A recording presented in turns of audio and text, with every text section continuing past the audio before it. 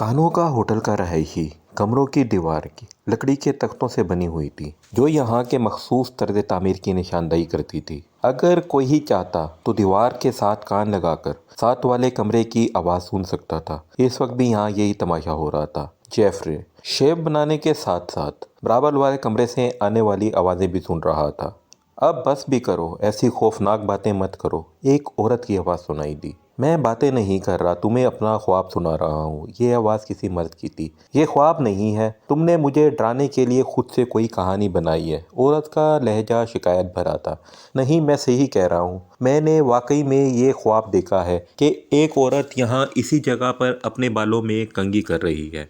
वो अच्छा बस भी करो, औरत ने इसकी बात काट दी। अब जल्दी से तैयार हो जाओ। दरवाज़ा खुलने की आवाज़ आई, फिर मर्द की आवाज़ आई, मेरी जुराबें किधर हैं? तुमने एक हाथ में तो पकड़ी हुई है। औरत की आवाज़ सुनाई दी, ये सिर्फ एक जुराब है, दूसरी भी यहीं कहीं होगी। कहीं नहीं है, मेरे बैग में देख लो। औरत की आवाज़ आई, ये तुमने मेरी जुराब अपने बैग में क्यों रखी हुई है? इस बार मर्द का लहजा शिकायत भरा था। सुबह मैंने अब पलंग से अपने कपड़े उठाए तो शायद इसमें शामिल हो गई होगी। औरत की आवाज़ सुनाई दी। मर्द ने कहा, तुम हमेशा मेरी चीज़ें इधर उधर कर देती हो। औरत की आवाज़ आई, और ढूंढ भी तो देती हूँ। जेफरे शेव मुकम्मल कर चुका था। वो बाथरूम से निकला और फिर कमरे से बाहर आ गया और दरवाज़ा लॉक करके सीढ़ियों की तरफ बढ़ गया। नीचे डाइनिंग रूम में पहुंचकर वो अपनी रिजर्व सीट पर बैठा और बेरे को बुलाकर नाश्ते का ऑर्डर दे दिया। नाश्ता करने के बाद इसने सिगरेट सुलगा लिया और इस जोड़े के मुतालिक सोच रहा था जो साथ वाले कमरे में ठहरा हुआ था। मर्द ने जिस ख्वाब का तस्करा औरत से, जो शायद इसकी बीवी थी, किया था, इससे इसके बारे में तजस्सुस हो रहा था। वो सोच रहा था कि अच्छा होता अगर वो शेव बनाने से कुछ देर पहले बाथरूम में चला जाता तो इससे इस ख्वाब का पता चल जाता, जो मर्द अपनी बीवी को बता रहा था कि एक औरत इसी जगह पर बैठकर अपने बालों में कंघी कर रही है। और पता नहीं क्या ख्वाब था। जेफरे ने सोचा कि वो सीढ़ियों से उतरने वाले स्याहों को देख रहा था और अंदाज़ा लगाने की कोशिश कर रहा था कि इनमें से कौन सा जोड़ा इसके बराबर वाले कमरे में ठहरा हुआ है। फिर वो उठा और साहिल पे जाने के लिए होटल के बैरूनी दरवाजे की तरफ बढ़ गया। जब वो शाम को वापस अपने कमरे में पहुंचा तो इसे इस मर्द और औरत की आवाज़ सुनाई ना दी, बल्कि इसकी जगह एक बूढ़े और एक औरत की आवाज़ सुनाई दी। वो अपने लहजे से ऑस्ट्रेलियन लगते थे। इसने कांधे उचकाए और बेड पर लेट गया। अगली सुबह वो देर तक सोता रहा। तकरीबन 11 बजे उठकर मुंह हाथ धोने बाथरूम में गया तो इसे बूढ़े की आवाज़ सुनाई दी। कितना सुहाना ख्वाब था। मत करो ऐसी बातें, मुझे डर लग रहा है। औरत की आवाज़ सुनाई दी। मैं तो सोच रहा हूँ कि कितना अच्छा होता कि अगर तुम इस औरत की जगह यहाँ बालों को कंघी कर रही होती। अब तो तुम ऐसा ही कहोगे, बुढ़ापे में तुम्हारा दिल जो मुझसे उठ गया है। अब औरत की आवाज़ सुनाई दी। अरे अरे, ऐसा मत कहो, तुम नहीं जानती कि मैं तुमसे अब पहले से भी ज़्यादा प्यार करता हूँ। बूढ़े की आवाज़ सुनाई दी। तो फिर ऐसी बातें क्यों कर रहे हो? कितना अच्छा होता इस औरत की जगह मैं यहाँ खड़ी कंघी कर रही होती। औरत के लहजा नाराजगी भरा था। क्या करूँ, जब भी किसी नई जगह सोता हूँ तो एक दो दिन ऐसे ही खौफनाक उल्टे सीधे ख्वाब दिखाई देते हैं। तुम्हें तो पता है, इसलिए अच्छा ठीक है, रात गई बात गई। अब जल्दी से तैयार हो जाओ, नीचे चलें। औरत की आवाज़ आई और दरवाज़ा खुलने और बाद में तेज़ी से बंद होने की आवाज़ और फिर कदमों की आवाज़ बाहर सुनाई दी। जेफरे भी बाथरूम से बाहर आ गया।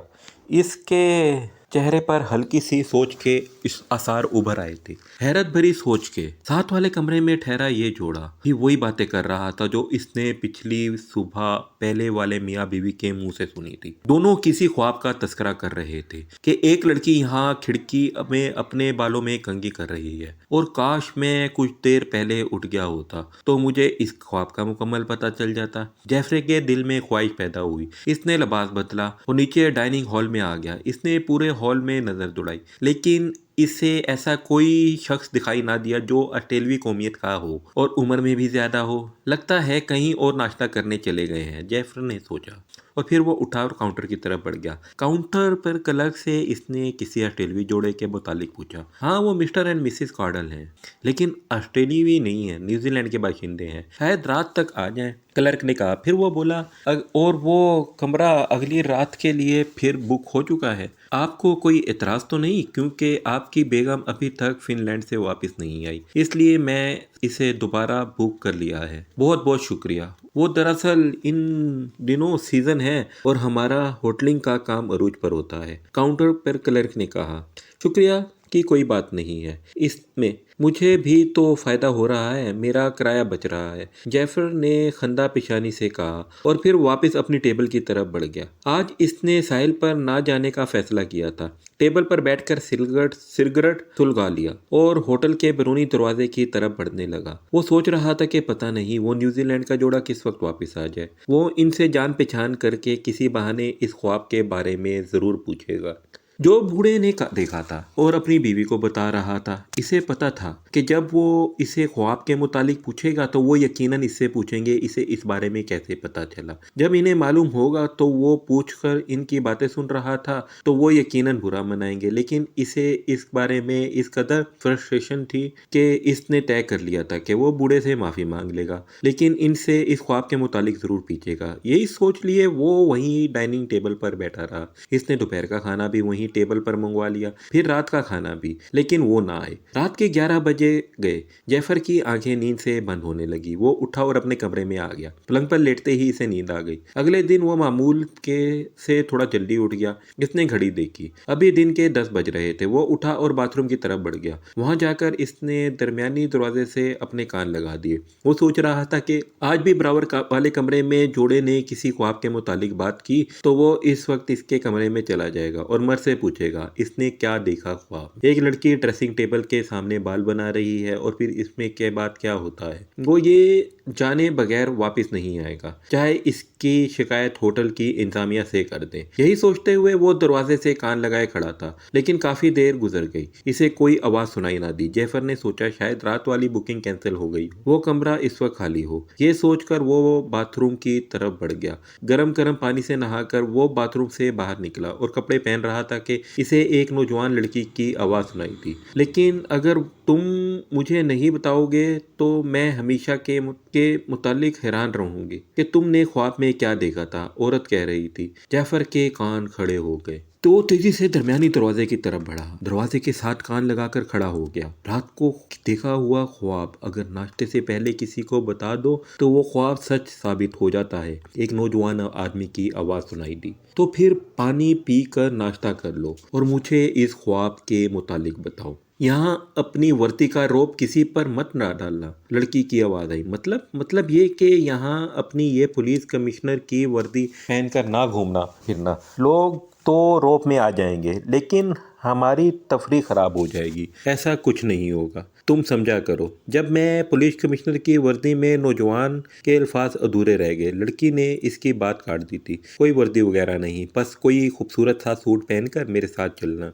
लेकिन जाने मन मेरी बात तो सुनो। नौजवान ने कुछ कहना चाहा। अब अगर तुमने जिद की तो मैं नाराज हो जाऊंगी। लड़की की आवाज सुनाई थी। अरे नाराज मत हो जाना, जो तुम कहोगी वही पहनकर साथ चलूंगा। बताओ इनमें से कौन सा सूट पहनूं? पहन लो। औरत की आवाज आई। जो तुम्हारा दिल करे, लेकिन मुझे वो ख्वाब बता दो। पहले नाश्ता तो कर लूं। नौजवान ने कहा। ये लो पानी पियो और जल्दी से ख्वाब बताओ। लड़की ने कहा। कुछ लम्हे खामोशी रही, फिर नौजवान की आवाज आई। हकीकत में वो एक डरावना ख्वाब था, लेकिन पता नहीं क्या बात है इस ख्वाब के मुतालिक जो मेरे लाशऊर में खटक रही है। और वो ख्वाब है ये कि अब मैं बता भी या दूं या। औरत ने कहा। सनसनी क्यों फैला रहे हो? लड़की चुंचलाई हुई आवाज में बोली। अच्छा बताता हूँ। नौजवान की आवाज आई। मैंने ख्वाब में देखा एक नौजवान औरत यहाँ इस कमरे में ड्रेसिंग टेबल के सामने खड़ी है और अपने बाल कंघी से संवार रही है। अचानक एक शख्स पीछे से आता है और इसका गला दबाना शुरू कर देता है। औरत अपने आप को छुड़ाने की बहुत कोशिश करती है,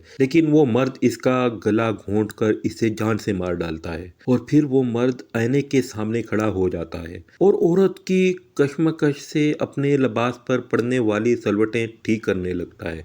अरे ठहरो। नौजवान की चुंकती हुई आवाज सुनाई दी। क्या हुआ? लड़की की आवाज में हैरत थी। जवाब में नौजवान की कोई आवाज सुनाई ना दी। क्या हुआ? तुम्हारे चेहरे पर ऐसे तासुरात क्यों उभर आए? तुम्हें सांप क्यों सूंघ गया? लड़की की हैरत भरी आवाज दोबारा सुनाई दी। मम्मा, मैंने इस आदमी को देखा है, यहाँ इस होटल के डाइनिंग हॉल में बैठे हुए। इसने ब्राउन रंग की कमीज पहन रखी थी। लेकिन ये कैसे हो सकता है? ये तुम ख्वामखा परेशान हो रहे हो। ये भला कैसे हो सकता है? लड़की की आवाज सुनाई दी। नहीं, नौजवान की तेजी से आवाज सुनाई दी। ये हुआ है। मेरी आंखें एक पुलिस कमिश्नर की आंखें धोखा नहीं खा सकती। वो ब्राउन कमीज और सफेद पतलून में था और इसी होटल में ठहरा हुआ था। मुझे यकीन है क्योंकि मैंने इसे रात 11 बजे होटल के डाइनिंग हॉल में देखा था और वो इससे ज्यादा सुनने की जैफर में ताब नहीं थी। वो तेजी से मुड़ा, अलमारी से अपने कपड़े निकाल कर पलंग पर फेंके, अपना टेची केस खोला और कपड़े इसमें डालने शुरू कर दिए।